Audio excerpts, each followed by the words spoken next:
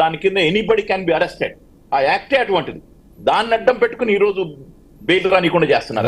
Right Koteswara గారు నిజంగానే మన సుధాకర్ గారు ఆరోపించినట్టుగానే ఆధారాలు లేకుండా, సాక్ష్యాలు లేకుండా ఈ విధంగా వరుసగా అరెస్టులు దాదాపు 15 మంది దాకా ఆప్ సంబంధించిన నేతలు ఈ కేసులో అరెస్ట్ అయ్యారు. ఇంకా భవిష్యత్తులో కూడా జరిగి ఇప్పుడు కేజ్రీవాల్ కూడా అరెస్ట్ అయ్యే అవకాశం కనిపిస్తుంది. ఎందుకంటే సేమ్ కవిత ఇంట్లో ఎవరైతే సోదాలు జరిపారో అదే ఈడీ అధికారుల బృందం ఈరోజు కూడా కేజ్రీవాల్ నివాసంలో చేస్తూ ఉన్నారు.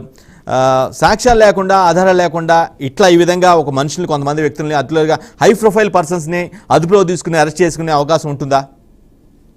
ఉంది కదా. ఇప్పుడు వరవర్రావుని లేకపోతే భీమా కొరేగాం కేసులో ఏ విధంగా ఎలాంటి ఆధారాలు లేకుండా ఎలా అరెస్ట్ చేశారో, ఎన్ని సంవత్సరాలు జైల్లో పెట్టారో, అదేవిధంగా సాయిబాబా మొన్న విడుదలైనటువంటి సాయిబాబాని 10 ఏళ్ల పాటు ఏమీ లేకుండా ఆయన్ని అరెస్ట్ చేసి జైల్లో పెట్టారు.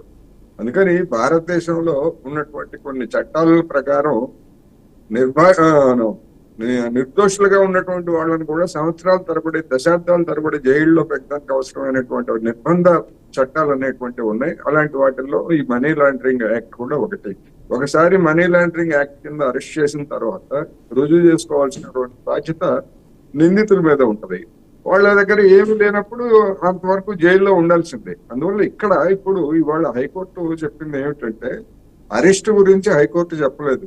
కేజ్రీవాల్ గారు అడిగింది ఏమిటంటే, నన్ను బలవంతం చేస్తున్నారు, నా మీద బలవంత చర్య తీసుకోబోతున్నారు, ఆ బలవంత చర్య తీసుకోకుండా నివారించండి అని కోర్టును అడిగారు.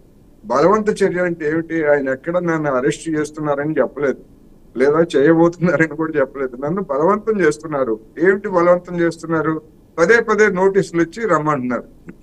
ఆ నోటీసులు ఇచ్చి ఎందుకు రమ్మంటున్నారు? ఆయన అడిగిన క్వశ్చన్ ఒకటే, నన్ను ఏ హోదాలో రమ్మంటున్నారు, నాకు స్పష్టత లేదు, నాకు అది స్పష్టత కావాలి, నన్ను బలవంతంగా తీస్తున్నారని చెప్పారు. దానికి ఈ ప్రభుత్వ న్యాయవాది ఏం చెప్పారు? మేము అరెస్ట్ చేస్తామనేమన్నా చెప్పామా? ఊరికే ప్రశ్నించిన తర్వాత అరెస్ట్ చేయొచ్చు, చెయ్యకపోవచ్చు, ముందు రావాలి కదా అని చెప్తున్నారు. అసలు ఈ కేసులో ఇప్పుడు కవిత గారి విషయానికి వస్తే, ఆమెను ముందు సాక్షిగా రమ్మని చెప్పారు. అది అయిపోయింది, అదొక ప్రహసనం. ఆ సాక్షి అయిపోయిన తర్వాత లొంగిపోయినటువంటి వాళ్ళు ఇచ్చినటువంటి స్టేట్మెంట్స్ ఆధారంగా ఆమెను నిందితురాలుగా చేర్చారు. అందుకని అరెస్ట్ చేశారు. ఇప్పుడు అరవింద్ కేజ్రీవాల్ గారిని సాక్షిగా పిలువట్లేదు, లేదా కేసులో ఆయన్ని అక్యూజ్డ్ గా, నిందితుడిగా ఇంతవరకు చేర్చలేదు. ఏ ప్రాతిపదికన వచ్చి మీరు రండి, ముందు మా ఆఫీస్కి రండి, వచ్చి మేము అడిగే ప్రశ్నలకు సమాధానం చెప్పండి అని ఆ విధమైనటువంటి ధోరణితో ఉన్నటువంటి సమన్లు తప్ప అవి ఆయన సాక్షిగా పిలుస్తున్నారా, లేకపోతే నిందితుడిగా పిలుస్తున్నారా అంటే ఇంతవరకు ఆయన మీద కేసు లేదు. ఇవాళ ఇప్పుడు నేను ఇప్పుడే చదువుతున్న దాని ప్రకారం ప్రభుత్వ లాయర్ కూడా అదే చెప్తున్నాడు. మేము రమ్మంటున్నాము, అడిగిన వాటికి సమాధానం చెప్పమంటే తప్ప మేము అరెస్ట్ చేస్తామని చెప్పి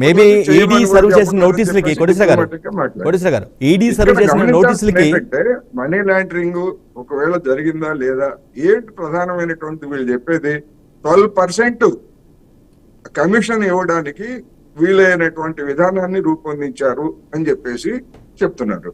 ఆ 12% కమిషన్ విధానాన్ని రూపొందించడం కోసం డబ్బు చేతులు మారింది అంటున్నారు. మరి డబ్బు చేతులు మారింది అన్నప్పుడు సిసోదియాని కానీ, లేదా ఈ కేసు మొదటి నుంచి ఎప్పటి నుంచో జరుగుతున్నటువంటి దానిలో ఇంతవరకు సాధించినటువంటి పురోగతి ఏమిటంటే, మన సుధాకర్ గారు చెప్పినట్టు ఏమీ లేదు ఇంతవరకు.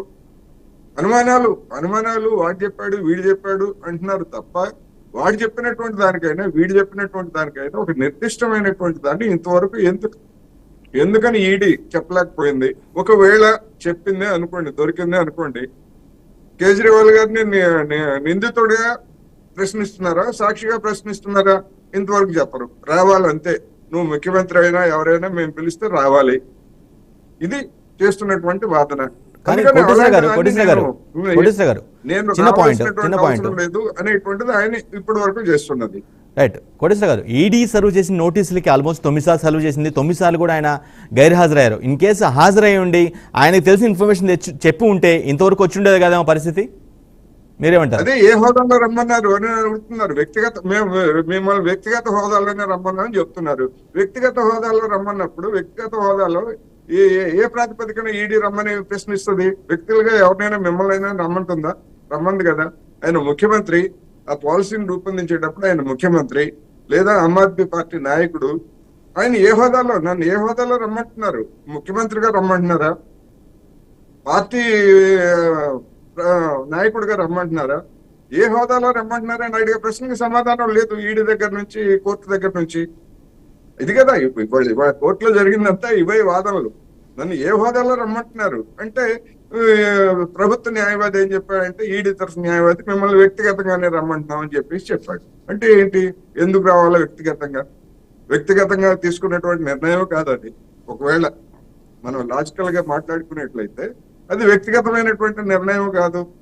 వ్యక్తిగా ఎందుకు కావాలి? అందుకని ఇవన్నీ కూడా ఏంటంటే ఇదంతా ఒక కుట్రపూరితంగా ఈ కేసుని నడిపిస్తున్నారు అనేటువంటిది మొదటి నుంచి. అందుకే ఇలాంటి సరైనటువంటి అంటే తర్కబద్ధమైనటువంటి ప్రశ్నలకి సమాధానాలు లేని కారణంగానే ఈ విధమైనటువంటి వస్తుంది. ఇక్కడ మనం గమనించాల్సింది ఏంటంటే ఈ మనీ లాండరింగ్ గురించి ఆధారాలు లేదు, ఇంతవరకు ఆధారాలు కనిపెట్టలేదు. కానీ ఎన్నికల బాండ్ల సంబంధించి గడిచినటువంటి 10-15 రోజుల్లో సుప్రీంకోర్టు ఆదేశాల తర్వాత అనేక కంపెనీలకు సంబంధించి 10 కోట్లు లాభాలు వచ్చినాయని చెప్పినటువంటి కంపెనీ తన యొక్క ఖాతాల్లో 20 కోట్లు, 30 కోట్లు, 50 కోట్లు బాండ్లు కొన్నది. ఎక్కడి నుంచి వచ్చాయండి? మరి అటువంటి వాటి మీద ఎక్కడన్నా గడిచినటువంటి 15 రోజుల్లో ఈడీ కానీ, సిబిఐ కానీ, ఇతర కేంద్ర దర్యాప్తు సంస్థలు కానీ నీకు వచ్చిన లాభం 10 కోట్లు అయితే నువ్వు 50 కోట్లు బాండ్లు ఎక్కడి నుంచి కొన్నావు? నీకు ఈ డబ్బు ఎక్కడిది? ఇది హవాలా డబ్బా లేకపోతే మనీ లాండరింగ్ డబ్బా అనేటువంటి క్వశ్చన్లు మరి అడగాలి కదా ఆయా కంపెనీలని. అడిగిందా? ఇంతవరకు అడగలేదు.